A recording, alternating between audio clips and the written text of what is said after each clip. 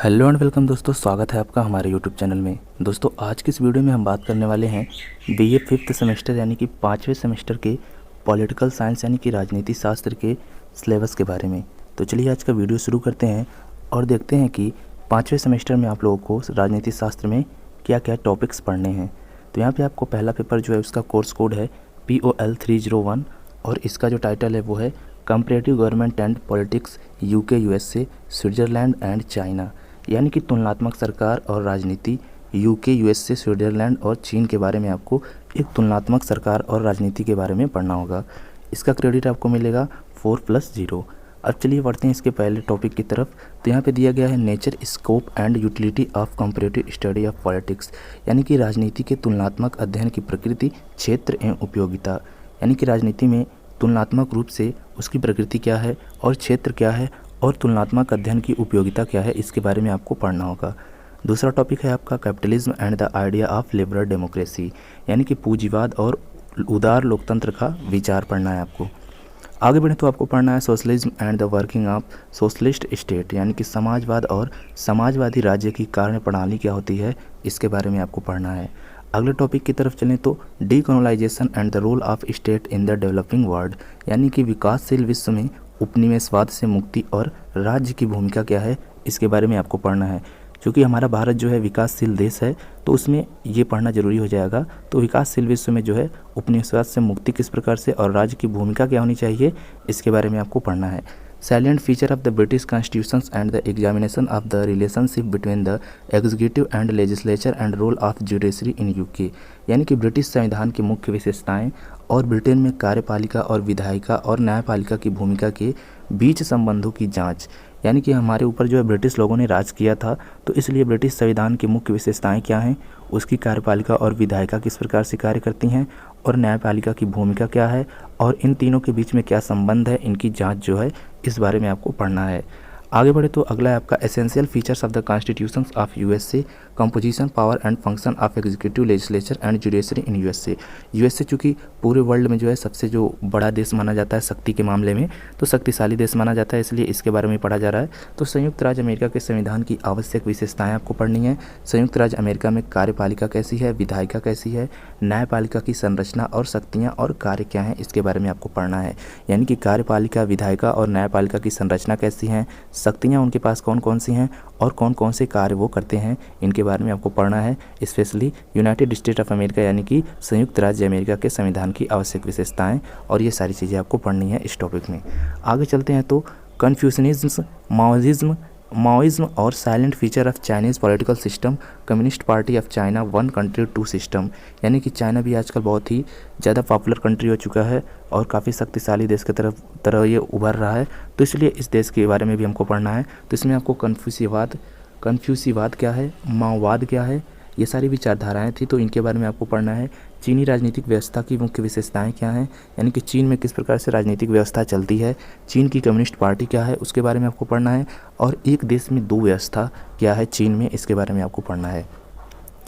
आगे चलते हैं तो आपको आगे देखने को मिलेगा plural executives, direct democracy, referendum initiative, the administrative system of Switzerland, यानी कि स्विट्ज़रलैंड के भी प्रशासनिक स्विट्ज़रलैंड से भी काफ़ी सारे अनुच्छेद वगैरह को जो है हमारे भारत के संविधान में शामिल किया गया है, तो ये भी काफ़ी इंपॉर्टेंट देश हो जाता है। तो इसलिए इसमें जो है हमको बहुवचन कार्यकारी और प्रत्यक्ष लोकतंत्र, जनमत संग्रह, पहल क्या होती है, इनिशिएटिव क्या होती है, स्विट्ज़रलैंड की प्रशासनिक प्रणाली क्या है, इसके बारे में आपको पढ़ना है। तो फर्स्ट पेपर में ये सारी चीज़ें आपको पढ़नी है।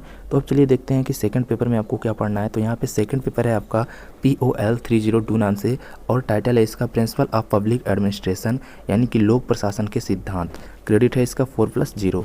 अब चलिए देखते हैं इसमें कौन कौन से टॉपिक्स हैं। तो यहाँ पे कहा जा रहा है कि meaning, nature, scope and significance of public administration, evolution of public administration as a discipline, public and private administration, role of public administration in modern state.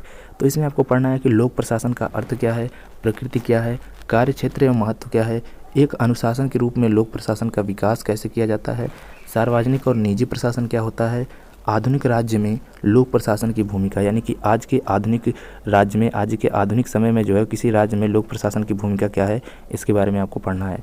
Types, basis and principle of organisations, theories of organisations, scientific management, classical theory, max weber theory of bureaucracy, human relation theory, decision making theory, ecological theory. यानी कि अगला जो topic है इसमें आपको संगठन के प्रकार पढ़ना है कि संगठन कौन कौन से प्रकार के होते हैं, उनके आधार और सिद्धांत क्या होते हैं, संगठन के सिद्धांत क्या होते हैं, वैज्ञानिक प्रबंधन क्या होता है, शास्त्रीय सिद्धांत क्या होता है, मैक्स वेबर का नौकरशाही का सिद्धांत क्या है, इसके बारे में आपको पढ़ना है, मानव संबंध सिद्धांत के बारे में पढ़ना है, निर्णय लेने का सिद्धांत और परिस्थिति सिद्धांत के बारे में आपको पढ़ना है। आगे बढ़ते हैं तो आपको पढ़ना है कि चीफ एग्जीक्यूटिव क्या होते हैं और types and function, line, staff, auxiliary agencies, departments, public corporations, board and commissions, independent regulatory commissions, delegated legislations. यानी कि ये सारे टॉपिक्स आपको पढ़ने हैं जिसमें कि इसका हिंदी है मुख्य कार्यकारी। यानी कि मुख्य कार्यकारी क्या होता है, प्रकार और कार्य क्या हैं इसके, लाइन, कर्मचारी और इसकी सहायक एजेंसियाँ, विभाग, सार्वजनिक निगम, बोर्ड और आयोग, स्वतंत्र नियामक आयोग, प्रत्यायोजित विधान क्या है इसके बारे में आपको पढ़ना है। आगे बढ़ते हैं तो अगला है आपका concept of budget, formation and execution of budget, account and audit. यानी कि बजट की अवधारणा क्या होती है, बजट का निर्माण एवं निष्पादन किस प्रकार से होता है, लेखा एवं लेखा परीक्षा किस प्रकार से होती है, यानी कि बजट की पूरी कार्यप्रणाली क्या होती है इसके बारे में आपको पढ़ना है। आगे चले तो आगे है administration law, delegated legislations, administrative tribunals. यानी कि प्रशासनिक कानून क्या है, प्रत्यायोजित विधान क्या है और प्रशासनिक न्यायीकरण क्या है इसके बारे में आपको पढ़ना है। अगला टॉपिक है new public administration, new public management, new public service approach, good governance, public policy formulation. यानी कि नया लोक प्रशासन, नया लोक प्रबंध, नया लोक सेवा दृष्टिकोण, सुशासन किस प्रकार से हो और सार्वजनिक नीति निर्धारण अच्छी तरीके से किस प्रकार से हो, इन सारे टॉपिक्स को आपको पढ़ना है। आगे चलते हैं तो अगला है डेवलपमेंट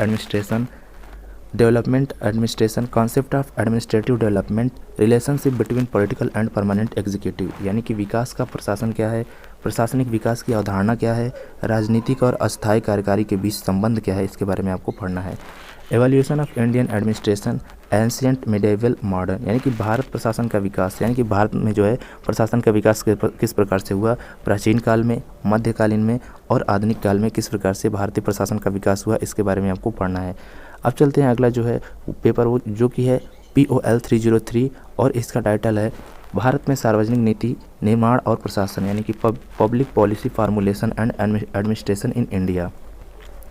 इसमें चले तो इसमें पहला है definition, scope, types and significance of public policy as a emerging field of study, impact of globalisation policy making process in India. यानी कि सार्वजनिक नीति की परिभाषा क्या होती है इसको आपको पढ़ना है, सार्वजनिक नीति का दायरा क्या है, इसके प्रकार क्या हैं और महत्व क्या है, अध्ययन के उभरते क्षेत्र के रूप में सार्वजनिक नीति क्या है, भारत में वैश्वीकरण नीति निर्माण प्रक्रिया का प्रभाव क्या है इसके बारे में आपको पढ़ना है।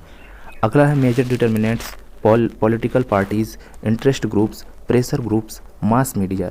यानी कि प्रमुख निर्धारक, जैसे कि किसी भी देश में कुछ चीज़ें होती हैं, उन चीज़ों वही चीज़ें जो है निर्धारण करती हैं कि क्या होता है देश में या क्या नहीं होता है। तो उसी में जो है पॉलिटिकल पार्टीज यानी कि राजनीतिक दल, हित समूह, दबाव समूह और जनसंचार माध्यम जो है ये सारे निर्धारक जो है आपको पढ़ने हैं। आगे चलते हैं तो आगे आपका non governmental organisations, government agencies, international agencies. यानी कि गैर सरकारी संगठन, सरकारी एजेंसियां, अंतर्राष्ट्रीय एजेंसियां, इन सारी चीज़ों के बारे में आपको पढ़ना है कि कौन कौन सी सरकारी एजेंसियां हैं, गैर सरकारी एजेंसियां हैं, अंतर्राष्ट्रीय एजेंसियां हैं, उनके क्या कार्य हैं, ये सारी चीज़ें इस टॉपिक में आपको पढ़ना है। आगे जो है नीति आयोग के बारे में आपको पढ़ना है, लेजिस्लेचर एग्जीक्यूटिव्स के बारे में आपको पढ़ना है, judiciary, bureaucracy, technique of policy implement के बारे में आपको पढ़ना है। यानी कि नीति आयोग क्या है, विधायिका क्या है, कार्यपालिका क्या है, न्यायपालिका क्या है, नौकरशाही क्या होती है और नीति कार्यान्वयन की तकनीकें क्या होती हैं, यानी कि नीति को किस प्रकार से जो है लागू किया जाता है इसके बारे में आपको पढ़ना है। आगे चलते हैं तो आगे आपका policy evaluation, concept of policy evaluation, survey and sampling agency, independent study groups. यानी कि नीति का मूल्यांकन, अगर कोई नीति बन गई उसको मूल्यांकन किया जाएगा कि अच्छी नीति है या खराब नीति है। तो इसमें नीति मूल्यांकन की अवधारणा, सर्वेक्षण एवं नमूनाकरण एजेंसियाँ, स्वतंत्र अध्ययन समूह। यानी कि उसका सर्वेक्षण किया जाएगा, सर्वे किया जाएगा, उसे कुछ लोगों पे लागू करके देखा जाएगा और स्वतंत्र अध्ययन समूह से पता लगाया जाएगा कि नीति कैसी है। तो ये जो है नीति मूल्यांकन के बारे में आपको पढ़ना है। Criteria for policy evaluation, problems, needs, accountability, good governance, major constraints in policy formulation and implementation, यानी कि नीति मूल्यांकन के मानदंड को आपको पढ़ना है कि नीति का मूल्यांकन के लिए कौन कौन से मानदंड होने चाहिए जिन पे हम लोग समझेंगे कि नीति सही है या नहीं है। इसमें प्रॉब्लम्स क्या हैं, इसकी आवश्यकताएं क्या हैं, जवाबदेही क्या होगी इसकी, सुशासन क्या है, नीति निर्माण और कार्यान्वयन में प्रमुख बाधाएं क्या हैं, इन सारी चीज़ों को जो है मानदंड के रूप में आपको पढ़ना है। आगे चलते हैं तो आगे है आपका policy intervention, case studies, mock parliament, panchayati raj, NEP, MNREGA, environmental policies, welfare plan for women and weaker sections, feedback from stakeholder, यानी कि नीतिगत हस्तक्षेप क्या है, जैसे कि केस स्टडीज़ पढ़ना है आपको, मॉक पार्लियामेंट में देखना है, पंचायती राज को पढ़ना है, NEP यानी कि नेशनल एजुकेशन पॉलिसी है ये, मनरेगा हो गया इसको आपको देखना है, पर्यावरण नीतियाँ क्या हैं, महिलाओं और कमज़ोर वर्गों के लिए कल्याण योजनाएँ क्या क्या हैं, हितधारकों से प्रतिक्रिया क्या मिल रही है, ये सारी चीज़ें आपको पढ़ना है। आगे चलते हैं तो अगला है working and role of parliament in actual public policy formulation, यानी कि वास्तविक सार्वजनिक नीति निर्माण में संसद की कार्यपालिका और कार्यप्रणाली और भूमिका क्या है, इसके बारे में आपको पढ़ना है, जो कि काफ़ी इंपॉर्टेंट है क्योंकि वास्तविक सार्वजनिक नीति में जो है संसद की क्या भूमिका है, क्या कार्यप्रणाली है, ये जानना हर एक आदमी को जानना चाहिए। तो इस प्रकार से इन चीज़ों के बारे में आपको पढ़ना है। अब आगे चलते हैं तो अगला जो है वो है आपका प्रोजेक्ट, आपको एक मिलेगा प्रोजेक्ट देना होगा बना के, तो इसमें आपका जो कोर्स कोड है वो है POL 304 और यह है प्रोजेक्ट 1, और प्रोजेक्ट 1 में आपको क्या देना है इसको आप देख लीजिए।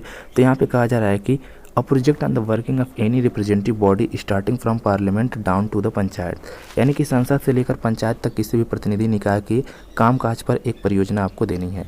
A project of study of issue involve in national, state और लोकेलेशन एंड पोस्ट फैक्टो एनालिसिस, यानी कि राष्ट्रीय, राज्य या स्थानीय चुनाव और कार्योत्तर विश्लेषण में शामिल मुद्दों के अध्ययन पर एक परियोजना, यानी कि दो जो है आपको शोध बनाने होंगे, दो प्रोजेक्ट बनाने होंगे। तो इस तरह से आपको इस BA 5th सेमेस्टर में जो है आपको ये सारी चीज़ें बनानी है, जो ये दो प्रोजेक्ट हैं।